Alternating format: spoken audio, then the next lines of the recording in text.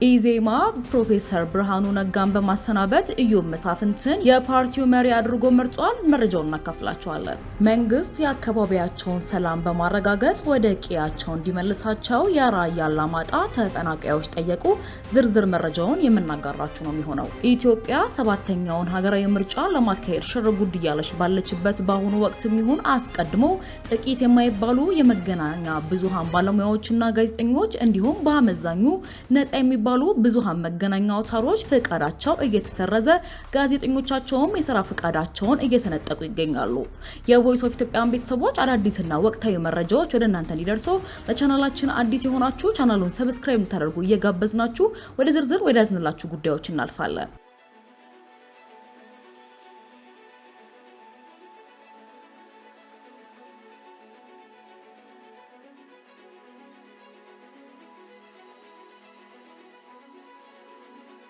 መንግስት የአካባቢያቸውን ሰላም በማረጋገጥ ወደ ቀያቸው እንዲመልሳቸው የራያ አላማጣ ተፈናቃዮች ጠየቁ።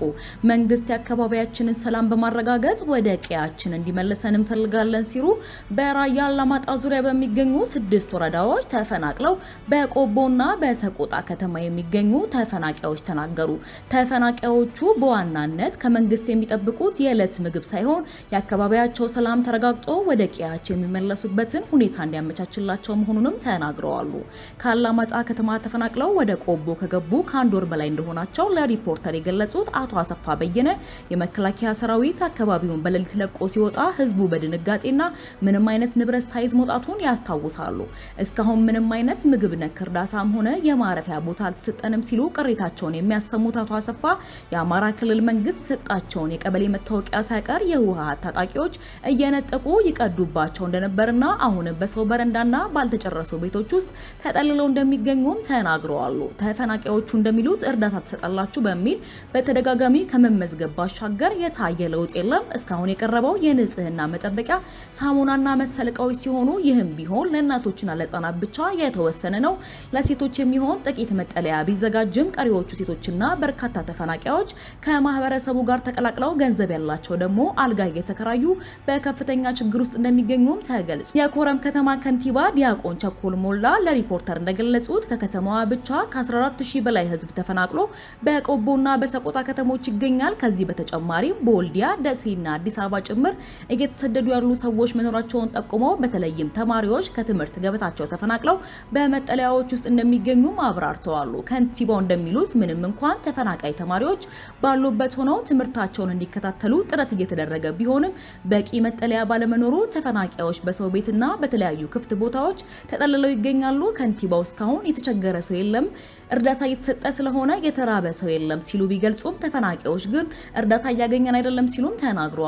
ለስድስቱም ወረዳ ተፈናቃዮች በቆቦ ከተማ ስታዲየም አካባቢ እርዳታ እየተሰጠ መሆኑንና ከዚህ በፊትም በባንክ ቁጥራቸው ገንዘብ እርዳታ መደረጉንም ጠቅሰዋል። በቆቦ ከተማ የሚገኘው የተፈናቃዮች ቁጥር ከቀን ወደ ቀን እየጨመረ መምጣቱ ደግሞ ሁኔታው ይበልጥ ውስብስብም አድርጎታል። የሰሜን ወሎ ዞን የአደጋ ስጋት ጽሕፈት ቤት ኃላፊ አቶ አለሙ ይመር እንደገለጹት በቆቦ ከተማ ብቻ 71000 የሚሆኑ ተፈናቃዮች የተመዘገቡ ሲሆን ቁጥሩ ከዚህም ሊያሻቅብ እንደሚችልም ይጠበቃል ብለዋል ኃላፊው። ዛሬ ጠዋት የገቡ ሰዎች አሉ፣ ወደ ማታ ምን ያህል እንደሚመጡም አይታወቅም በማለት በየዕለቱ የሚፈናቀለው ህዝብ ቁጥር በትክክል ለማወቅ አስቸጋሪ መሆኑንም ያስረዳሉ። መንግስት ተፈናቃዮቹን ለመደገፍ በሂደት ላይ ሲሆን መድኃኒትና የምግብ እቃዎችን መስጠትም ጀምረዋል ብለዋል። ይሁን እንጂ ምግብ ነክ የሆኑ እርዳታዎችን በመንግስትም ሆነ በሌሎች መንግስታዊ ባልሆኑ ድርጅቶች የቀረበ ነገር እስካሁን እንደሌለ ማምነዋል። በቀጣይ ግን ምግብ ነክ የሆኑ እርዳታዎችን ለማቅረብ 12000 በላይ የሚሆኑ አባወሮች እንዲሁም በቤተሰብ ደረጃ 71000 አካባቢ የሚሆኑ ተፈናቃዮችን ለይተው መመዝገባቸውንና እርዳታው ሰኞ የካቲት 30 2018 ዓመተ ምህረት ይቀርባል ተብሎ እንደሚታሰብም ተናግረዋል። በቆቦ ብቻ ሳይሆን ወደ ዋግምራ ዞን የተሰደዱ 12000 ገደማ ተፈናቃዮች በተመሳሳይ ሁኔታ እንደሚገኙ ተፈናቃዮችም ተናግረዋል። ስማቸውን መጥቀስ ያልፈለጉ ተፈናቃይ እንደተናገሩት ብዙዎቹ ከስራ ተፈናቅለው በመምጣታቸው ለከፋ ችግርም ተዳርገዋል። በአሁኑ ወቅት ለተፈናቃዮች የሕክምና ቡድን ተቋቁሞ ተላላፊ ያልሆኑ በሽታዎች እንዳይከሰቱ ክትትል እየተደረገ ቢሆንም በዞኑ ያለው የተፈናቃዮች ቁጥር ከከፍተኛነቱ የተነሳ የማቋቋም ስራውን አስቸጋሪ አድርጎታል። አቶ አለሙ ይመር እንደሚሉት ተፈናቃዮችን ምን እናድርግ የሚለው በዞኑ ደረጃ ያሉ አመራሮች መክረው የማቋቋም ስራ መስራት አለባቸው። ቀደም ሲል ተፈናቃዮች ወደ መጡበት አካባቢ የሚመለሱበት ስራ እስኪጀመር ድረስ የወል መሬቶችን አፈላልገው እያመረቱ ከእርዳታ እንዲወጡ የሚል እንቅስቃሴ ተጀምሮ የነበረ ቢሆንም በክልሉ ያለው ግጭት ሁኔታውን አስቸጋሪ አድርጎታልም ብለዋል። መንግስትም በአሁኑ ወቅት ድጋፍ እያደረገ ያለው በካምፕ ተጠልለው ለሚገኙ ብቻ መሆኑን ገልጸው በቅርቡ ተፈናቃዮችን ወደ መጡበት ለመመለስ ዝግጅት ላይ መሆናቸውን የጠቀሱት አቶ አለሙ የሚመለሱበት ቦታ ምን ያህል ሰላም ነው፣ ሄደውስ እንዴት ነው የሚኖሩት የሚለውን ጉዳይ የፖለቲካ አመራሩ መክሮ አቅጣጫ ማስቀመጥ እንደሚገባው አስረድተዋል። ተፈናቃዮቹም ቢሆኑ መንግስት እርዳታ እንዲያቀርብላቸው ሳይሆን የአካባቢውን ሰላም አስከብሮ ወደ ቀያቸው እንዲመልሳቸውም ጥሪ አቅርበዋል። ኢዜማ ፕሮፌሰር ብርሃኑ ነጋን በማሰናበት ኢዮብ መሳፍንትን የፓርቲው መሪ አድርጎ መረጠ። የኢትዮጵያ ዜጎች ለማህበራዊ ፍትህ ፓርቲ ባካሄደው አስቸኳይ ጠቅላላ ጉባኤ ፓርቲውን ላለፉት 7 ዓመታት ሲመሩ የነበሩትን ፕሮፌሰር ብርሃኑ ነጋን አሰናብቶ ኢዮብ መሳፍንትን የፓርቲው መሪ አድርጎ መረጠ። በአሁኑ ሰዓት ጠቅላላ ጉባኤውን በአድዋ መታሰቢያ አዳራሽ እያካሄደ የሚገኘው አስቸኳይ ጠቅላላ ጉባኤ ከፕሮፌሰር ብርሃኑ ነጋ በተጨማሪ የፓርቲው ምክትል መሪ የነበሩትን አርክቴክት ዮሐንስ መኮንንም በተመሳሳይ አሰናብቷል። በምትካቸውም አቶ ንጋቱ ወልዴን ምክትል መሪ በማድረግ መርጧል። ፓርቲው በ7ኛው ጠቅላላ ምርጫ የሚወዳደርበትም ማኒፌስቶንም ለአባላቱ ይፋ አድርጓል። በፓርቲው መተዳደሪያ ደንብ መሰረት የፓርቲው መሪና ምክትል መሪ ለአንድ የመንግስት ስልጣን ዘመን ማለትም ለ5 ዓመታት ብቻ እንዲያገለግሉ የሚመረጡ ሲሆኑ የፓርቲው መሪ ፕሮፌሰር ብርሃኑ ነጋና ምክትላቸው በመተዳደሪያ ደንቡ መሰረት የስልጣን ዘመናቸውን ያጠናቀቁ በመሆናቸው እንዲተኩ መደረጉን የፓርቲው መረጃም ያመለክታል። የቮይስ ኦፍ ኢትዮጵያን ቤተሰቦች ዳግም ሰብስክራይብ እንድታደርጉ እየጋበዝናችሁ ወደ መጨረሻው ያዝንላችሁ ዘገባዎች እናልፋለን። ኢትዮጵያ 7ኛውን ሀገራዊ ምርጫ ለማካሄድ ሽርጉድ እያለች ባለችበት በአሁኑ ወቅትም ይሁን አስቀድሞ ጥቂት የማይባሉ የመገናኛ ብዙሃን ባለሙያዎችና ጋዜጠኞች እንዲሁም በአመዛኙ ነፃ የሚባሉ መገናኛ ብዙሃን አውታሮች ፍቃዳቸው እየተሰረዘ ጋዜጠኞቻቸውም የስራ ፍቃዳቸው እየተነጠቁ መሆኑ እየተነገረ ይገኛል። 7ኛው ሀገራዊ ምርጫ የሚካሄድበት ጊዜ እየተቃረበ ነው። የኢትዮጵያ ብሔራዊ ምርጫ ቦርድ እውቅና የሰጣቸው ህጋዊ የፖለቲካ ፓርቲዎች አብይ በሆኑ ጉዳዮች ላይ ሙግትና ክርክራቸውን ጀምረዋል። የፓርቲዎቹን ሙግት የመንግስትና ለመንግስት ሚዲያ ቅርበት ያላቸው መገናኛ ብዙሃን እያቀረቡ ነው።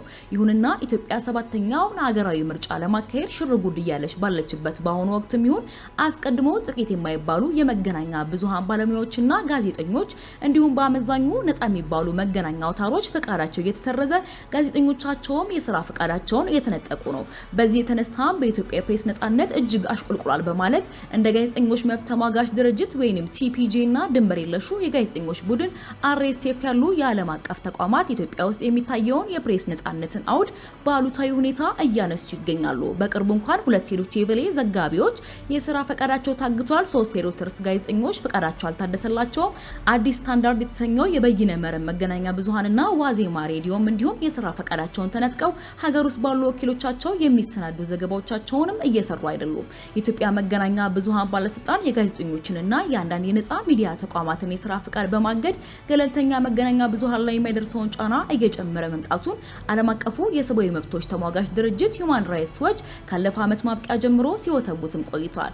ለጋዜጠኞች መብት የሚሟገቱት የዓለም አቀፍ ተቋማት የታሰሩ ጋዜጠኞች የላትም ስትባል የነበረችው ኢትዮጵያ መንግስት ከጋዜጠኞችና ከነፃ ሚዲያ የነጠቀውን ፍቃድ እንዲመልስም እየጠየቁ ይገኛሉ። ጉዳዩን በቅርበት የሚከታተሉ ባለሙያዎች ቀድሞም ችግር ላይ የነበረው የሚዲያ ነፃነትና የጋዜጠኞች መብት በተለይ ጠቅላላ ምርጫ እየተቃረበ ባለበት ወቅት እየተባባሰ መሄዱ በምርጫው ላይ አሉታዊ ተጽዕኖ ማሳደሩ የማይቀር ነው ሲሉም ይተቻሉ። በኢትዮጵያ ጋዜጠኞችና የነፃ ሚዲያዎች መታገድ፣ ሀሳብን በነፃነት የመግለጽ መብት መገደብ እንዴት ይታያል? በመጪው ብሔራዊ ምርጫ ላይ ምን አይነት ተጽዕኖዎችን ሊያሳድር ይችላል የሚለው የብዙዎች ጥያቄ ሆኖ ይገኛል። የቮይስ ኦፍ ኢትዮጵያን ቤተሰቦች ዳግም በአዳዲስ መረጃዎች እስክንገናኝ ድረስ በደህና ቆዩ።